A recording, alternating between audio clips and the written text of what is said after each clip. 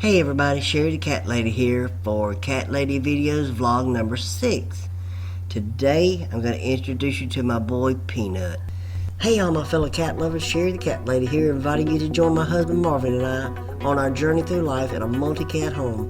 We hope to give you a real and honest look at the rewards and challenges of loving and caring for all of our babies. Today I'm going to tell you how I came about getting my little boy Peanut. Sometimes I call him a peanut butter cup with a creamy filling. You'll see his creamy filling in a little bit. It was early spring of 2010. I had a knock on the door. A young man from 2 doors down had 2 pretty ginger kittens in his hands and was asking me if they were mine or if I knew where they belonged. I told him no, but I enjoyed holding them for a minute. They were so cute, maybe 8 to 10 weeks old. After I held him a few minutes and we talked a few minutes, he decided to take him back home and he was going to knock on some other doors to check with other neighbors. I kind of forgot about it a little bit and I had to go to the store, so I go to the store and when I come back, I pull up in my driveway, look over my shoulder, 2 little kitties are running toward me like they know me. Truth be told, they sensed that they had a sucker in their sights, and they were right. And I just couldn't stand the thought that he was going to leave these babies outside while he was inside doing whatever. So, with his blessing, I volunteered to take it from here, take care of them, and I was going to find him a good home. This is where things got a little sticky. At the time, my next door neighbor's mom was spending every afternoon sitting with her grandchildren until she got home. And on occasion, we would talk. She and her husband had a farm in a neighboring town. And when she saw my 2 little babies and I told her their story, she told me how they like to have cats in their barn to keep the mice at bay. She was going to talk to her husband and get back with me. Well, that was her first mistake. She gave me time to fall in love, and it was so much fun to watch them play together.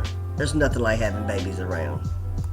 After a couple of days of having them around, I just couldn't bear to think of them leaving, but I knew I had to play my cards right. First, you act like you're really trying to find them a home, all the while pointing out how precious they are at any opportune time. Then, when he fell in love too, bam, I dropped the net. Carefully, of course. He still needs to think it's his idea. I did have a close call one afternoon when the lady knocked on my door saying she was ready to take the kitties home with her. Luckily, Marvin wasn't home that day, so I told her we had just decided to keep them after all. So that should have been the end of that. Whew, I dodged a bullet there. But let me clear things up by saying that Marvin has always supported me in all my cat adventures, but he was my voice of reason. If not, we'd be sleeping outside in a tent and cats would rule the house. Well, they kind of do anyway, but that's another story. So everything goes good for a while and I'm waiting for the right time to come clean and tell Marvin about the neighbor coming over. Well, I waited too long, and one day my doorbell rang, and it was her. This time, Marvin was home. So, okay, I'm telling myself I just need to control the conversation till I can get her out of here. She just needed to use our bathroom for her granddaughter. Theirs was on the fritz or something, but I just needed to get her to use it and leave.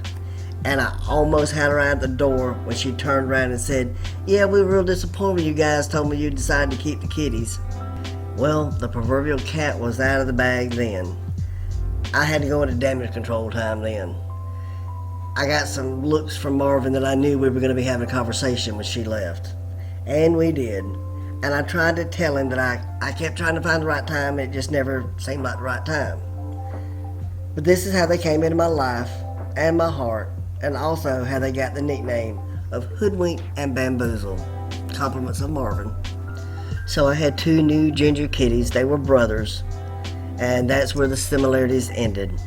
Simon was a curious, wide-eyed sweetheart, and Peanut was an antisocial scaredy cat, but very loving and affectionate with me, which meant keeping Simon out of trouble and making Peanut feel safe and secure. That was almost 11 years ago. Sadly, we lost our big boy Simon last July due to a lung problem. He was the only cat I've ever had that was welcoming to any newcomer, and there have been plenty since then. He was also the only one that I could leave alone with a baby and not worry. He didn't have a mean bone in his body. And believe me, if I get through this without breaking down, just know that it took several takes to get it. He was very special and will never be forgotten. I guess it's lucky that although Simon was the only other cat that Peanut would let near him. They weren't so close that he mourned Simon's death. But Peanut is still happy and healthy, and he's still a scaredy cat. He's so funny sometimes. If he's outside and a neighbor comes out, he's mortified. He'll look both ways, and then when his belly is close to the ground as possible, he will hurry into the house as fast as he can. We call that Peanut in stealth mode. But other than the occasional sighting here and there, few humans will ever see him. Silly boy. But if you guys stick around, and by stick around I mean please like and subscribe, we'll be showing you more of our babies and what makes them all so special to us.